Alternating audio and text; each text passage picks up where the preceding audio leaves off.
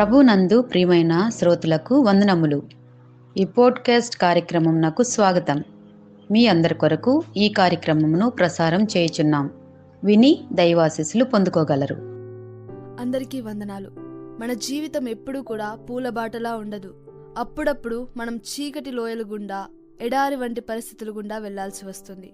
అపవాది మనల్ని శోధించే సమయాలు అవి. మరి అటువంటి టెస్టింగ్ టైమ్స్లో మనం ఎలా నిలబడాలి అనేది మనం ఈరోజు నేర్చుకోబోతున్నాము. ఈరోజు మనం మత్తయి సువార్త 4వ అధ్యాయము 1 నుండి 11 వచనాల్లో ఉన్న యేసుక్రీస్తు శోధనల నుండి 3 ముఖ్యమైన పాఠాలు నేర్చుకుందాము. మొదటిది, మన అవసరం కంటే దేవుని వాక్యమే ముఖ్యం. ఎందుకంటే యేసు ప్రభువారు 40 రోజులు ఉపవాసం ఉన్నప్పుడు ఆయన ఎంతో ఆకలిగా ఉన్నారు. అప్పుడు సాతాను వచ్చి, నీవు నిజంగా దేవుని కుమారుడివైతే ఈ రాళ్లను రొట్టెలుగా చేసుకో అన్నాడు. అంటే మన శారీరక అవసరాలను తీర్చుకోవడానికి దేవుని చిత్తాన్ని పక్కన పెట్టమని సాతాను ప్రోత్సహిస్తాడు. కానీ యేసు ఏమన్నారో తెలుసా? మనుషుడు రొట్టె వల్ల మాత్రం కాదు గాని దేవుని నోట నుండి వచ్చు ప్రతి మాట వల్ల జీవించును. గుర్తుంచుకోండి, మీ ఆకలి కంటే, మీ శరీర అవసరం కంటే దేవుని వాక్యం శక్తివంతమైనది. అలాగే రెండవది, దేవునిని శోధించవద్దు. సాతాను యేసుని దేవాలయం శిఖరం మీద నిలబెట్టి కిందకు దూకు, దూతలు నిన్ను వచ్చి పట్టుకుంటారు కదా అన్నాడు. అంటే దేవుని వాగ్దానాలను మనం స్వార్థం కోసం లేదా దేవునిని పరీక్షించడానికి వాడకూడదు. దేవుని మీద మనకు ఉన్న నమ్మకం విధేయతతో కూడినదై ఉండాలి, కానీ ప్రదర్శన కోసం కాదు. అలాగే మూడవది, రాజీ పడకూడదు. లోక రాజ్యాలన్నింటినీ చూపిస్తూ సాతాను ఇలా అంది, నాకు ఒక్క నమస్కారం చేయి, ఇవన్నీ నీకిచ్చేస్తా అన్నాడు.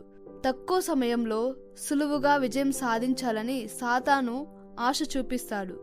కానీ యేసు స్పష్టంగా చెప్పారు, నీ దేవుడైన ప్రభువుకే మ్రొక్కి ఆయనను మాత్రమే సేవింపవలెను.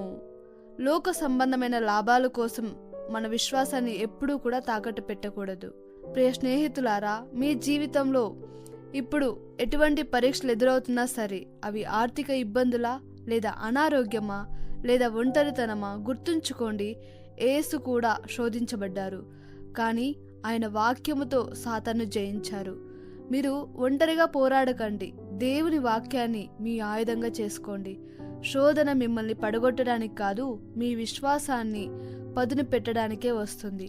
మీరు దేవునిపై నమ్మకం ఉంచితే దేవదూతలు వచ్చి యేసుక్రీస్తుకు పరిచర్య చేసినట్లు మీకును కూడా తోడుంటారు. దేవుని కృప మిమ్మల్ని ఆదరిస్తుంది.